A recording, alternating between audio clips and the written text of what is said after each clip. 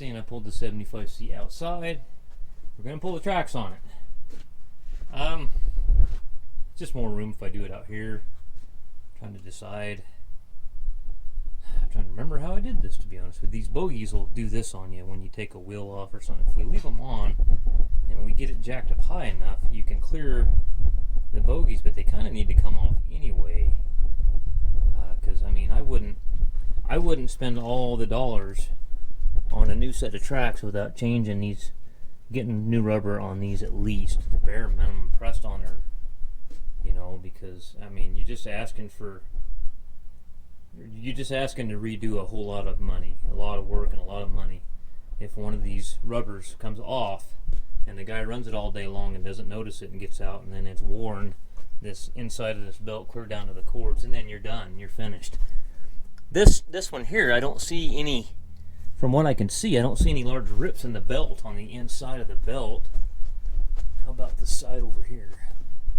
I mean, this sucker here, see the cord's torn. The cord's broke right there. I mean, I wouldn't, there's another spot right there that's broke. I wouldn't waste my money recapping these. I really wouldn't. You're just wasting your money fixing this one. See, there's a big rip in it right there. Clear down, it's ripped, the cord's clear in two right there. They're clear in two. The other one must be on the sprocket. Well, we'll know a little more when we get them off. I'm going to call Pape over there. Oh, and look at that. See that right there, guys? That one's got a center lug ripped clear off of it right there. No, I would not waste my money recapping this track. That's a total waste of money. We can take these bogie wheels loose on this side. So if you weren't going to press new rubber on, you can raise this up high enough to where the center lugs will clear the rollers once you detension the track, and then you can slide the lugs out underneath the rollers. We've done that numerous times, but on these bogies they'll go like this to you, so sometimes you gotta put a little chain or something to hold it straight if one side's doing that on you. But usually they don't do that unless you've got one bogie wheel off and it's heavier on one end than the other.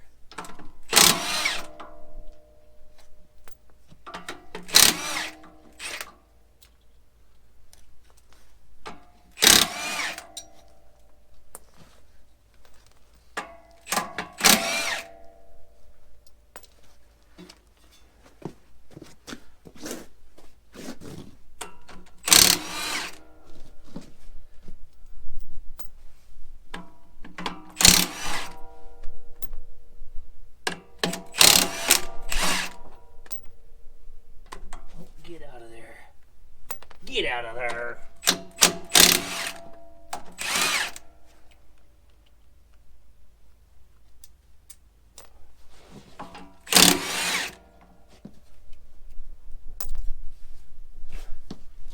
Maybe a little tension on them. These older Challengers, one of the bad things, this one's not as bad as on the John Deere's.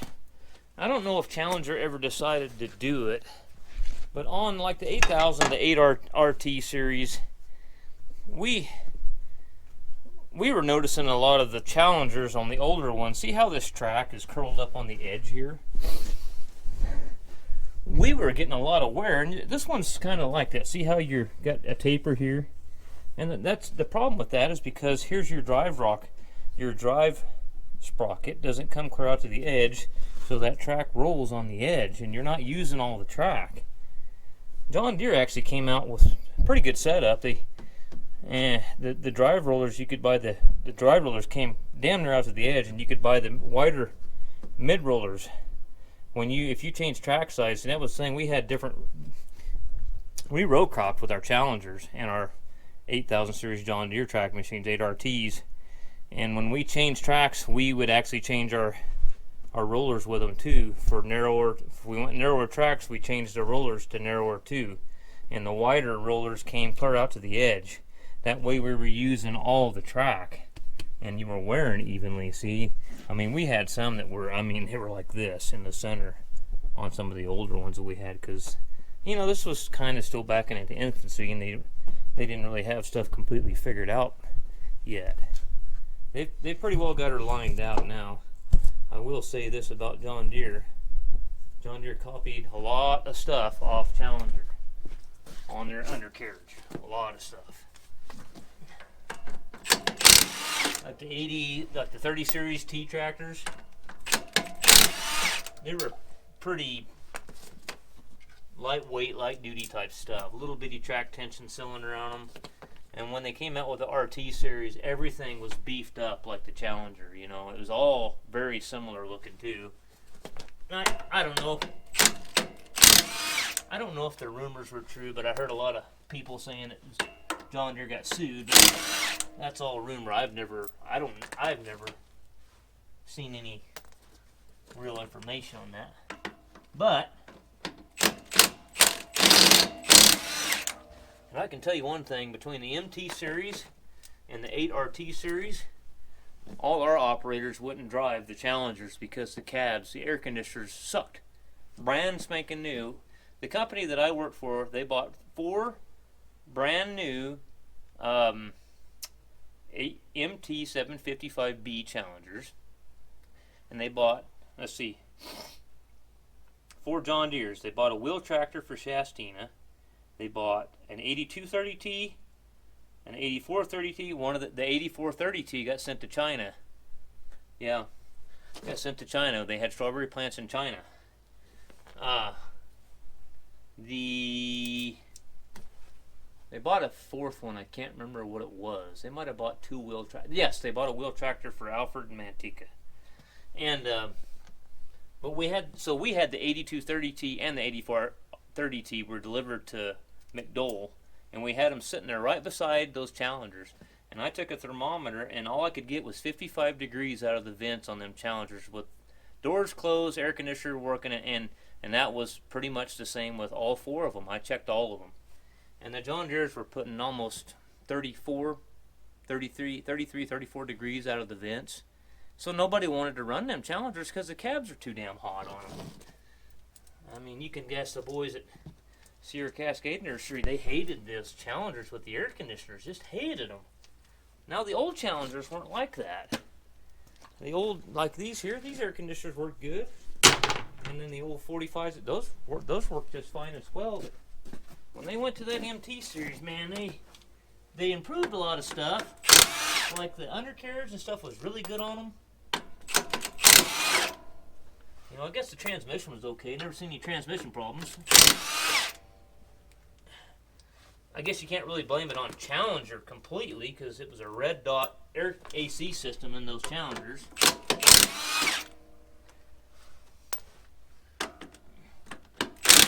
They were definitely less than to be desired. Let's put it that way.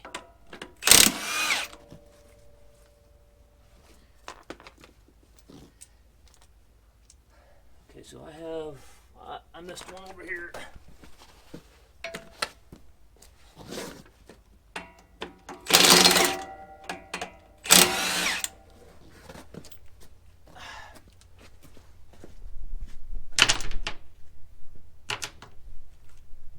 Well, alright guys, now on this track, when you're detensioning these tracks, I got kind of a special hose made up.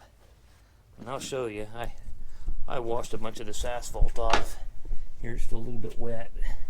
I got one of my hose in there, but I got a T that goes in here, and then you've got to detension both sides at the same time. I'll show you how it's set up. The whole axle moves, and I really don't want to climb under there into the water. This axle sits on a big pin in there, and that whole thing slides back. How the hell I'd like to show you that. How about this end here? Is it dry under this end?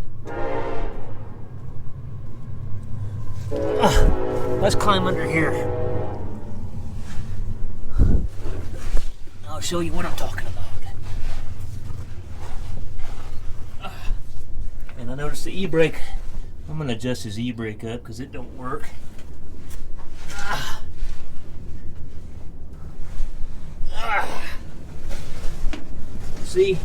See how this whole thing, and I'm going to have to call him.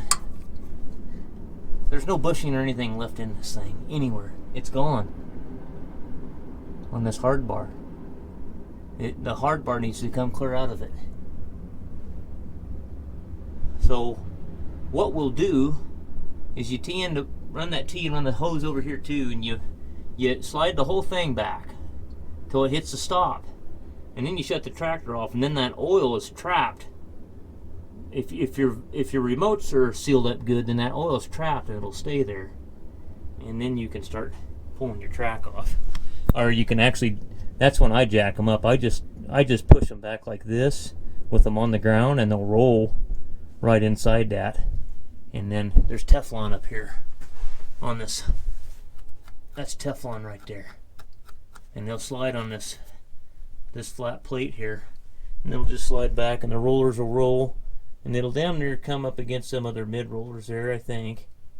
And you just shut your tractor off, and then you jack it up on the axle. I usually jack it up on the axle because the damn thing wants to do this on you. So, and it's just easier for me to jack up on one side. It's just lighter, and then I'll let it down on the rollers and pull the other side off. This is what we had. So what I got is a 1/2-inch tee with. Now the guy at the hydraulic shop, he told me it was swivel, but it wasn't. It's just a straight tee. It's female on both ends here, and then it's a male end here.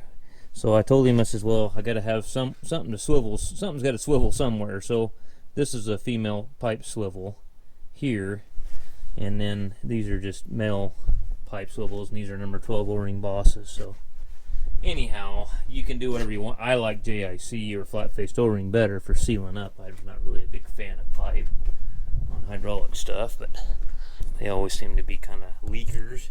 So what we'll do is we'll fire it up, and we'll try to detension this thing, and let's see what this looks like here. It'll make a bunch of noise because it'll be coming back on that pivot pin.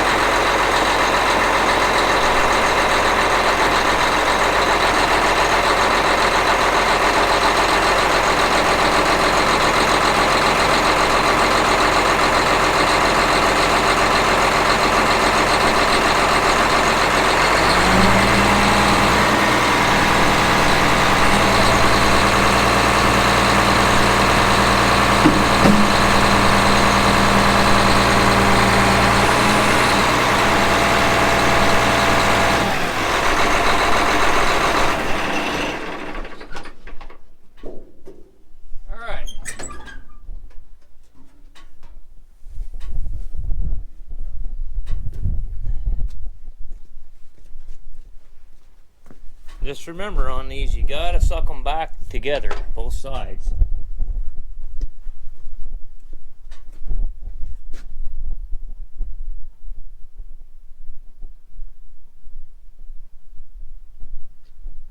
I don't even have that thing jacked up, so I don't know why that's. I don't even have it jacked up, so I don't know why it shoved that forward a little bit. So she's detensioned. As you can see, both sides are loose now. It's kind of the way Challenger did things on these old girls. Alright, so now I'm going to jack it up in the air on one side and pull the front idler off, and then pull mid rollers off, and then jerk the track off.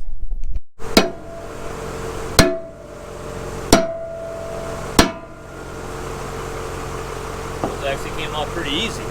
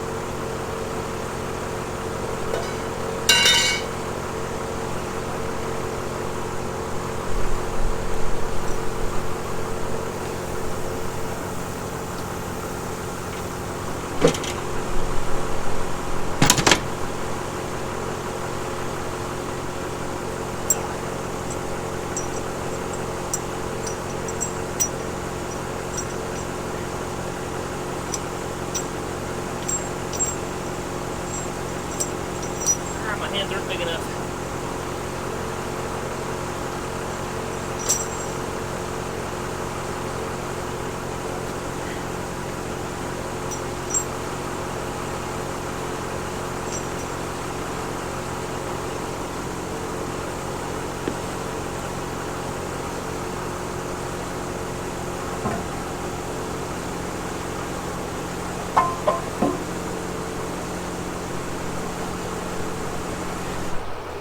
Sit down very square.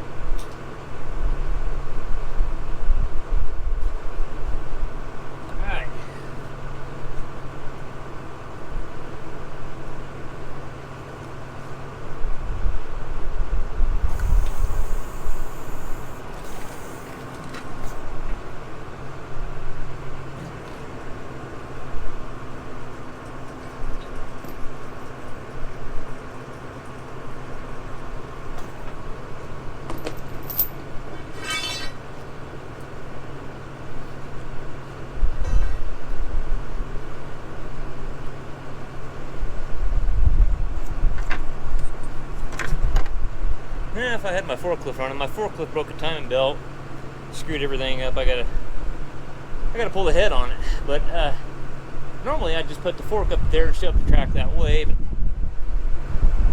not gonna happen.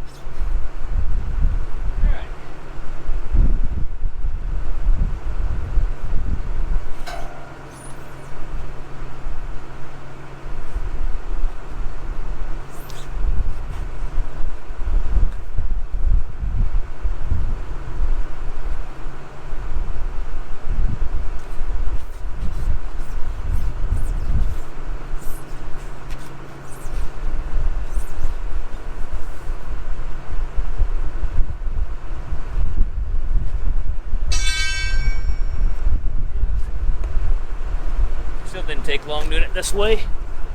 They're not that bad to do, really.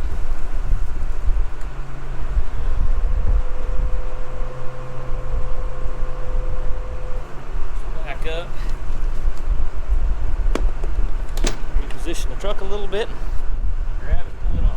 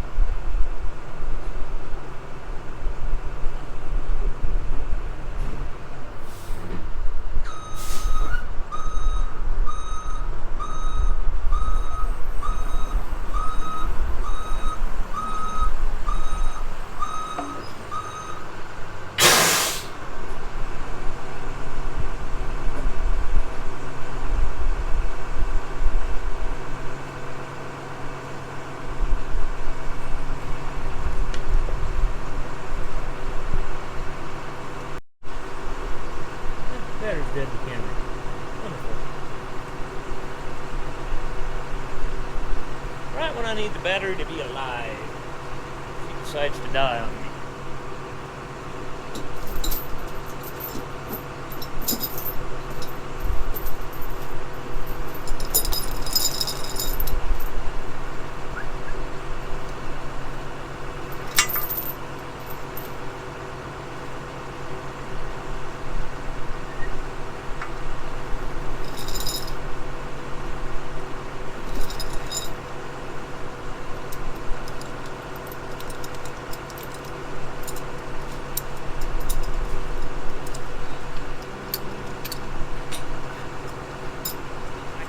Crane over here.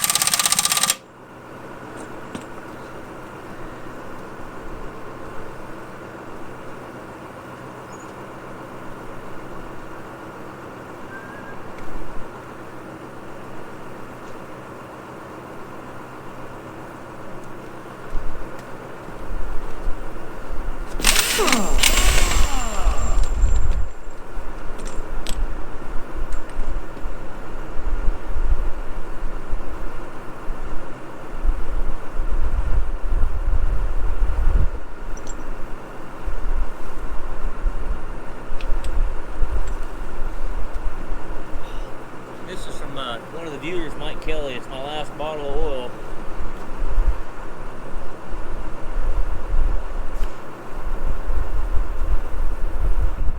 Works really good. Good oil.